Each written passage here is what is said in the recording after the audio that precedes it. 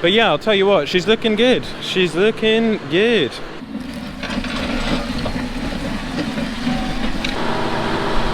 Buying the telehandler though, there is a condition.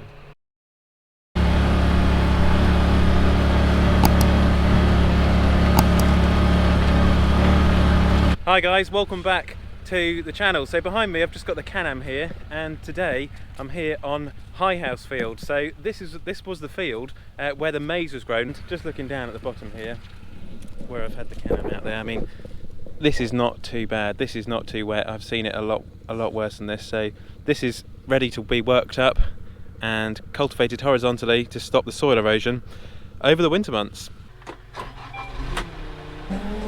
I'll just move this out of the way.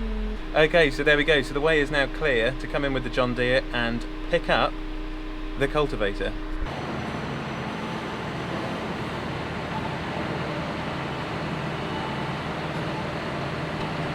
Now a few linkage balls there off the topper, the old machio.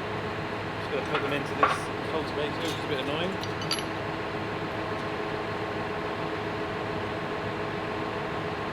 Okay, so after much rumbling around, we are now hooked on again. I've got the right linkage balls in there. I'm just going to go and clean my hands actually, don't want to put that in the tractor.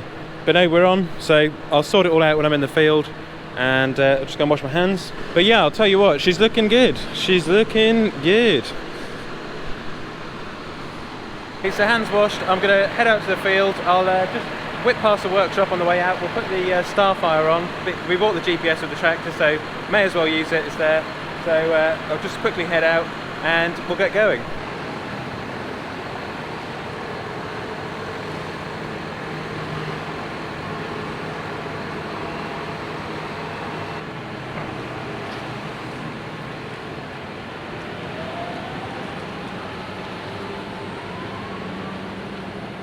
Okay, so here we are, we've just arrived back into the maize field, the field I was on earlier, and just left the front loader on, as you can see. There is a reason for that. We've got the fodder beet bucket which we feed out the cattle with, and the fodder beet bucket still needs to be used every day to feed the cattle, and the brackets are for the John Deere. So yeah, we've still got to leave the front loader on, and next week the fodder beet bucket is going away to have its brackets changed. So we've bought the Manitou on the farm, the Manitou from Ernest Doe's. We finally came to a deal with them, and it means that we're going to have to change the brackets. So the fodder beet bucket is going down to Colchester. Henry, who works at Ernest Doe's in Wyndham, is kindly coming to pick up the fodder beet bucket as part of the deal, and once that's then taken down to Colchester, the brackets will then be put on, and then we can use the Manitou to feed out the cattle with the fodder beet bucket, which will then mean that we can drop the front loader off on an area of the farm where it can be stored until we move bales or whenever it's then going to be needed again. So it's going to be quite nice to have a telehandler again, and yeah, have the pair. Buying the telehandler though, there is a condition. So it's not all, you know, it is sunshine and rainbows, but there is a condition to buying the telehandler, and that is that we need to get some more work on the farm for this, the tractor, and also as well the Manitou. So a couple of things to do, like I say, the fodder beet bucket, get that sorted out, get the brackets cut off, and also as well there's an attachment company who I've spoke to who are kindly going to provide us with a muck grab for the Manitou. Not the current muck grab which is on it, but the same company are going to be helping us get a muck grab for that, which is going to be quite exciting. And then also, there's so much going on, and then also the 135 will be going off soon for its restoration. It was supposed to go off a long time ago, but what with what's going on in the world with the lockdown and everything, it hasn't been easy. So it's due to be restored. Kevin from Norfolk Tractor Restoration has told me hopefully by next year, sometime early next year, which will be really nice, because it's something which is, it seems to be, everything seems to be taking forever at the moment. Even putting this cultivator on took me like an hour because the linkage balls were out of it, and just taking a long time. Everything is at the moment. So let's just drop the old drop the Pottinger into the ground, and I'll just probably set up the GPS and we'll start cultivating this ground. Pop the back window open. I know a lot of people will say that's criminal in this day and age with these big tractors, but the speed is set at 5. That's raise rate, so we'll set that on there. Drop rate, there we go, it's a bit too quick. We'll put that onto like 3. I think that's plenty fast enough for that. So now if I, there you go, that's much better. So I'll just drop her into the ground to begin with. I'll do a quick strip by hand, and then we will get going.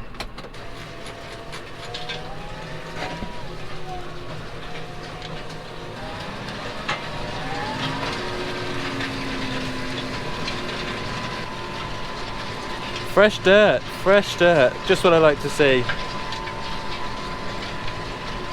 So just let me show you guys the job I'm trying to achieve here. So I've just got to adjust the packer a bit again. But if we just have a look here, it's doing a really nice job, the Pottinger, of leaving a relatively clumpy loam behind it. If you just have a look here, we've got these small sort of more clumpy bits, shall we say, and we've also left it a little bit ridgy there, and we're doing it on a horizontal line so that when the rain comes and washes the field away, or tries to, when the rain comes and we've got this slope which basically arcs down on this field, the soil erosion will at least be a little bit reduced by these ridges I'm putting in, whilst also doing the cultivating, incorporating the maize stubble into the ground, which has got to be done as well. So you can just see we've got a root there which has just been pulled up, and that wants to be chopped up really with the discs. So I'm just going to see if I can make the discs a little bit more aggressive to just attack the maize stubble. You can see there's a small line there which I missed. That's one of the downsides of just doing the headlands up here. But when the headlands change, if you can see, the maize is planted in rows this way, but if we just run over this way, and the maize then is drilled that way. So when I come along horizontally, the maize stubble will all be cultivated in, hopefully, and I won't miss any ridges like I have just there over behind the Pottinger. There was just that little line there. So yeah, I'm quite happy, to be fair, so far with the job I've done. I've just got to adjust the back packer because at the moment it's a little bit on one side at the moment. It's just on that side, so I need to change the pins which are here. So yeah, I've just got to change that pin. I think that other one just needs to go up a hole, and I don't want very much pressure on the ground. That's what I'm trying to achieve. I'm trying to achieve these nice ridges along here, which I'm using with the packer on a lighter setting. I'm using those ridges to prevent that soil erosion. I'm pretty sure that's going to do a good job of just conserving the soil structure, conserving what's topsoil we've got left on this farm.